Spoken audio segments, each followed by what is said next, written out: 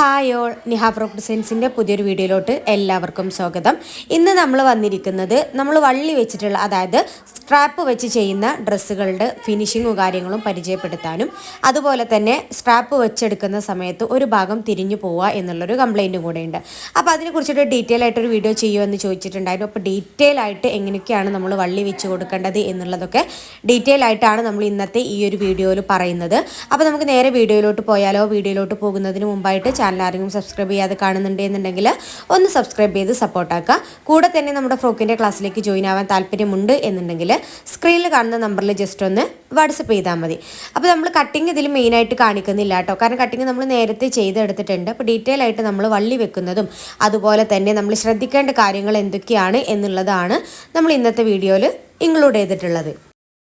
കട്ടിങ്ങുകളൊക്കെ കഴിഞ്ഞതിന് ശേഷം ഇനി നമ്മൾ സ്റ്റിച്ചിങ്ങിലോട്ട് കിടക്കുകയാണ് കേട്ടോ. അപ്പോൾ ആദ്യം തന്നെ ഇതുപോലത്തെ ഒരു സ്ക്വയർ പീസാണ് നമ്മൾ എടുത്തു വെച്ചിട്ടുള്ളത്. ഇനിയിപ്പോൾ ഈ ഒരു ഫ്രോക്കിൽ വരുന്നത് കോട്ടൺ ഫാബ്രിക്കും അതുപോലെ തന്നെ സാറ്റിൻ ഫാബ്രിക്കും മാത്രമാണ് വരുന്നത്. ഇനിയിപ്പോൾ നിങ്ങൾക്ക് മെയിൻ ഫാബ്രിക് അതായത് വർക്ക് പീസും വരുന്നുണ്ട് എന്നുണ്ടെങ്കിൽ ആദ്യം തന്നെ നിങ്ങൾ ക്രേപ്പ് ലൈനിങ് വെക്കുക. അതിൻ്റെ മുകളിലേക്കായിട്ട് നമ്മളെ വശത്തേക്ക് വരുന്ന വിധത്തിൽ വർക്ക് പീസ് വെക്കുക. അതായത് വർക്ക് പീസിൻ്റെ നല്ല ഭാഗം മുകളിലേക്ക് വരുന്ന വിധത്തിൽ വെക്കുക. അതിൻ്റെ മുകളിലാണ് നിങ്ങളിങ്ങനെ കോട്ടൺ ലൈനിങ് വെച്ച് കൊടുക്കേണ്ടത്. അതിനുശേഷം നമ്മൾ എന്ത് ചെയ്യുക, നമ്മുടെ ഷേപ്പിൻ്റെ ആ ഒരു ഭാഗവും ആം ഹോളിൻ്റെ ആ ഒരു ഭാഗവും നമ്മൾ സ്റ്റിച്ച് ചെയ്തെടുക്കുക. അതുപോലെ തന്നെ വേറൊരു കാര്യം കൂടെ ഉള്ളത്, നമ്മൾ ഈ സ്ട്രാപ്പ് ഫ്രോക്ക് ചെയ്തെടുക്കുന്ന സമയത്ത് മെയിനായിട്ട് ഫസ്റ്റ് നമ്മൾ ചെയ്യേണ്ടത് നമ്മൾ സ്ലീവാണ്. നമ്മൾ ആ ഒരു സ്ട്രാപ്പ് ഇല്ലേ, ആ സ്ട്രാപ്പിൻ്റെ എല്ലാ പണികളും നമ്മൾ തീർത്ത് വെക്കണം കേട്ടോ. അതിനുശേഷം നമ്മളിങ്ങനെ സ്റ്റിച്ച് ചെയ്ത് വരുമ്പോൾ ഈ ഭാഗത്തേക്ക് നമ്മുടെ സ്ട്രാപ്പ് വെച്ച് കൊടുക്കുക. പിന്നെ നമ്മുടെ നെക്കിൻ്റെ ഈ ഒരു പോർഷനൊക്കെ നമ്മൾ ചെയ്തെടുക്കുകയാണ് ചെയ്യുന്നത്. വള്ളി രണ്ട് ഭാഗത്തും ഇതുപോലെ നമ്മൾ കറക്റ്റായിട്ട് വെച്ച് കൊടുക്കണം. അത് നിങ്ങൾ വിട്ടുപോകരുത് കേട്ടോ.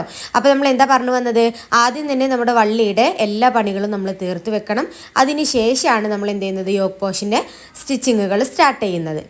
അപ്പോൾ ഞാൻ ഈ മാർക്ക് ചെയ്യുന്ന പോർഷൻസൊക്കെ എന്ത് ചെയ്യണം, നമുക്ക് കറക്റ്റായിട്ട് തന്നെ ഒന്ന് സ്റ്റിച്ച് ചെയ്ത് എടുക്കണം. നമുക്ക് വേണം എന്നുണ്ടെങ്കിൽ പിൻ ചെയ്തൊക്കെ ചെയ്തെടുക്കാവുന്നതാണ് കേട്ടോ. ഇനി നമുക്ക് സ്റ്റിച്ചിങ്ങിലോട്ട് കിടക്കാം. അപ്പോൾ ഇതാ നമ്മൾ ഫാബ്രിക്കൊക്കെ കട്ട് ചെയ്ത് വെച്ചതുപോലെ തന്നെ എടുത്ത് വെച്ചിട്ടുണ്ട്. ഇനി നല്ല രീതിക്ക് തന്നെ പിൻ ചെയ്ത് കൊടുക്കണം കേട്ടോ.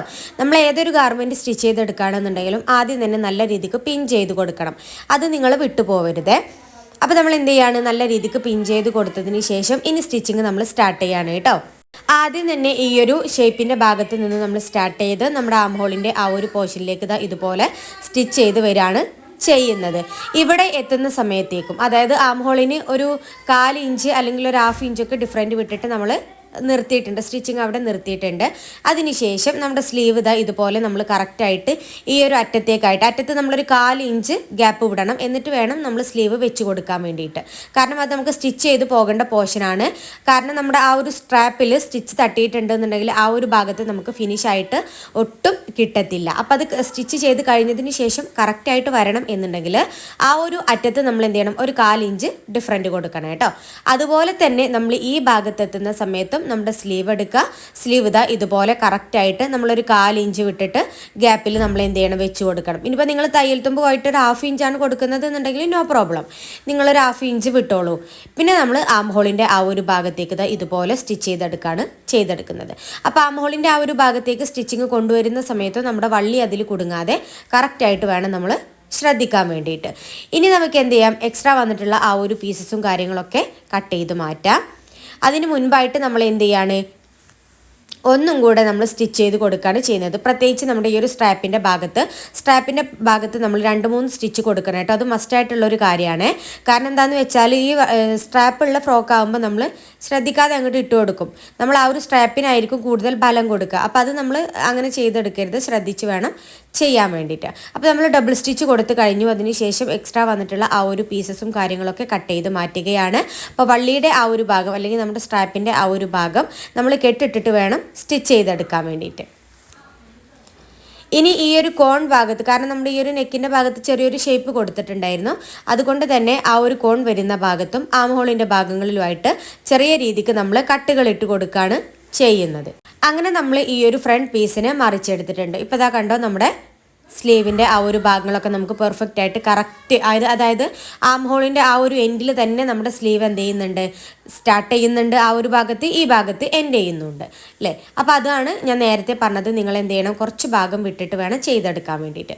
ഇനി അടുത്തതായിട്ട് നമുക്ക് ബാക്ക് പീസ് ചെയ്തെടുക്കാം. ബാക്ക് പീസ് ചെയ്തെടുക്കാൻ വേണ്ടിയിട്ടും നേരത്തെ നമ്മൾ ചെയ്തെടുത്തതുപോലെ തന്നെ നമ്മുടെ സാറ്റിൻ ഫാബ്രിക്കിൻ്റെ നല്ല വശത്ത് നമ്മുടെ കോട്ടൺ ഫാബ്രിക് വെച്ച് കൊടുത്തു, നമ്മൾ പിൻ ചെയ്തെടുത്തു. അതിനുശേഷം നമ്മളിതാ ഈ ഒരു ഷേപ്പിൻ്റെ ഭാഗം തൊട്ടിട്ട് സ്റ്റിച്ചിങ് സ്റ്റാർട്ട് ചെയ്യാണ് കേട്ടോ. പിന്നെ നമ്മുടെ ആം ഹോളിൻ്റെ ആ ഒരു ഭാഗം നമുക്ക് സ്റ്റിച്ച് ചെയ്തെടുക്കണം. അപ്പോൾ ഇവിടെ നിങ്ങൾ ശ്രദ്ധിക്കേണ്ട ഒരു കാര്യം, ഫ്രണ്ട് പീസ് നമ്മൾ മറിച്ച് വെച്ചിട്ടുണ്ട് അല്ലേ. നല്ല ഭാഗത്തേക്ക് നമ്മൾ ലൈനിങ്ങിൻ്റെ ആ ഒരു പോർഷനും തയ്യൽ തുമ്പക്കുള്ളിൽ പോകുന്ന വിധത്തിൽ നമ്മൾ എന്ത് ചെയ്തിട്ടുണ്ട്, മറിച്ച് നീറ്റാക്കി വെച്ചിട്ടുണ്ട്. അയൺ ചെയ്തെടുക്കാൻ കഴിയുന്നുണ്ടെങ്കിൽ നിങ്ങൾ നല്ല രീതിക്ക് തന്നെ അയൺ ചെയ്തെടുത്തതിന് ശേഷം മാത്രം ഈ ഒരു പോർഷൻ ചെയ്തെടുക്കുക. ബാക്ക് പോർഷനും നമ്മൾ ഷേപ്പിൻ്റെ ആ ഒരു ഭാഗത്തു നിന്നും സ്റ്റാർട്ട് ചെയ്തിട്ട് ആം ഹോളിൻ്റെ ആ ഒരു ഭാഗം സ്റ്റിച്ച് ചെയ്ത് കുറച്ച് ഈ ഒരു ഭാഗത്ത് എത്തുന്ന സമയത്തേക്കും നമ്മൾ സൂചിയെ കുത്തി നിർത്തിയിട്ടുണ്ട്. അതായത് പ്രഷർ ഫുട്ട് നമ്മൾ പൊക്കി കൊടുത്തു. ഇനി അതിനുശേഷം നമ്മൾ ഫ്രണ്ട് പീസ് നല്ല രീതിക്ക് നിങ്ങൾ ശ്രദ്ധിക്കണം, വീഡിയോ നല്ല രീതിക്ക് ശ്രദ്ധിക്കണം കേട്ടോ. ഇതുപോലെയാണ് നമ്മൾ എന്ത് ചെയ്യുന്നത്, വെച്ച് കൊടുക്കുന്നത്.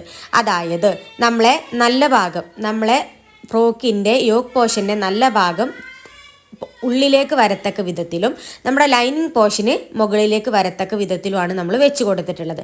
ആ ഒരു ഭാഗങ്ങൾ അങ്ങോട്ടും ഇങ്ങോട്ടും മാറുന്ന സമയത്താണ് നമ്മൾ എന്ത് ചെയ്യുന്നത്, നമുക്ക് ഭാഗങ്ങൾ തിരിഞ്ഞു പോകുന്നത്. പിന്നെ നമ്മൾ ഈ ഒരു സിബിൻ്റെ പോർഷനും ഇതുപോലെ സ്റ്റിച്ച് ചെയ്തെടുക്കുന്നത്.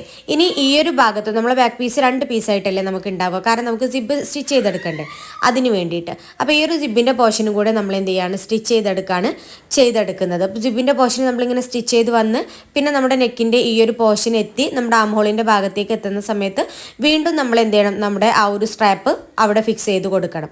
ഇതുപോലെ നമ്മൾ ഇതിൻ്റെ ഉള്ളിലൂടെ വെച്ചിട്ട് വേണം ഫിക്സ് ചെയ്ത് കൊടുക്കാൻ. ലൈനിങ്ങിൻ്റെ ഉൾഭാഗത്താണ് നമ്മൾ സ്ട്രാപ്പ് പിടിപ്പിച്ച് കൊടുക്കുക കേട്ടോ.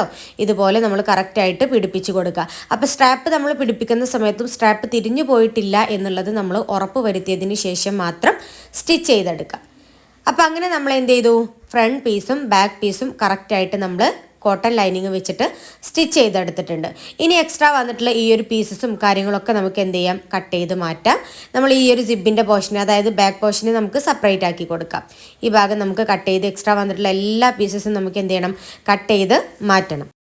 അതിന് മുൻപായിട്ട് നിങ്ങൾ ബിഗിനേഴ്സ് ആണെന്നുണ്ടെങ്കിൽ ജസ്റ്റ് ഇതുപോലെ ഒന്ന് പുറമേക്ക് മറിച്ച് നോക്കുക, കറക്റ്റായിട്ടാണോ നമുക്ക് കിട്ടിയിട്ടുള്ളത് എന്നുള്ളത് നമ്മൾ ഉറപ്പ് വരുത്തുക. കാരണം നമ്മൾ പീസസൊക്കെ കട്ട് ചെയ്ത് മാറ്റിയിട്ടുണ്ടെന്നുണ്ടെങ്കിൽ ചിലപ്പോൾ നിങ്ങൾക്കത് ബുദ്ധിമുട്ടാവും. അതുകൊണ്ട് അപ്പോൾ കറക്റ്റാണ് എന്നുണ്ടെങ്കിൽ നമ്മൾ ഇതുപോലെ ഡബിൾ സ്റ്റിച്ച് ചെയ്തെടുക്കുക. കാരണം നമ്മൾ സ്ട്രാപ്പ് ആകുമ്പോൾ ഡബിൾ സ്റ്റിച്ച് ചെയ്തെടുക്കണം, വിട്ടുപോകരുത് കേട്ടോ. അങ്ങനെ നമ്മൾ എക്സ്ട്രാ വന്നിട്ടുള്ള ആ ഒരു പീസും കാര്യങ്ങളൊക്കെ കട്ട് ചെയ്ത് മാറ്റി ബാക്ക് പോർഷനും ഫിനിഷാക്കി എടുത്തിട്ടുണ്ട്. ഇപ്പോൾ നമ്മുടെ സ്ട്രാപ്പിൻ്റെ ആ ഒരു കാര്യങ്ങളും അതുപോലെ തന്നെ എല്ലാ ഭാഗങ്ങളും നമുക്ക് നല്ല ഫിനിഷിങ്ങോട് കൂടിയിട്ട് തന്നെ കിട്ടിയിട്ടുണ്ട്. ഇനി അടുത്തതായിട്ട് നമ്മളെ ബാക്കിൽ നമുക്ക് സിബ് വെച്ചെടുക്കാം, അതുപോലെ തന്നെ ഷേപ്പും ചെയ്തെടുക്കാം. അപ്പോൾ ഇനി നമ്മൾ വള്ളി വെക്കുന്ന സമയത്ത് ഇത്തരം കാര്യങ്ങളൊക്കെ ശ്രദ്ധിച്ചിട്ടുണ്ടെന്നുണ്ടെങ്കിൽ നിങ്ങൾക്ക് നല്ല ഫിനിഷിങ്ങോട് കൂടിയിട്ട് തന്നെ സ്റ്റിച്ച് ചെയ്തെടുക്കാൻ വേണ്ടിയിട്ട് പറ്റും. അപ്പോൾ ഇത്രയേ ഉള്ളൂ ഇന്നത്തെ നമ്മുടെ വീഡിയോ ഇഷ്ടമായിട്ടുണ്ടെന്നുണ്ടെങ്കിൽ ചാനൽ സബ്സ്ക്രൈബ് ചെയ്യാൻ മറക്കല്ലേ. കൂടെ തന്നെ നമ്മുടെ ഫ്രോക്കിൻ്റെ ക്ലാസ്സിലേക്ക് ജോയിൻ ആവാൻ താല്പര്യമുണ്ട് എന്നുണ്ടെങ്കിൽ സ്ക്രീനിൽ കാണുന്ന നമ്പറിൽ ജസ്റ്റ് ഒന്ന് വാട്സപ്പ് ചെയ്താൽ മതി.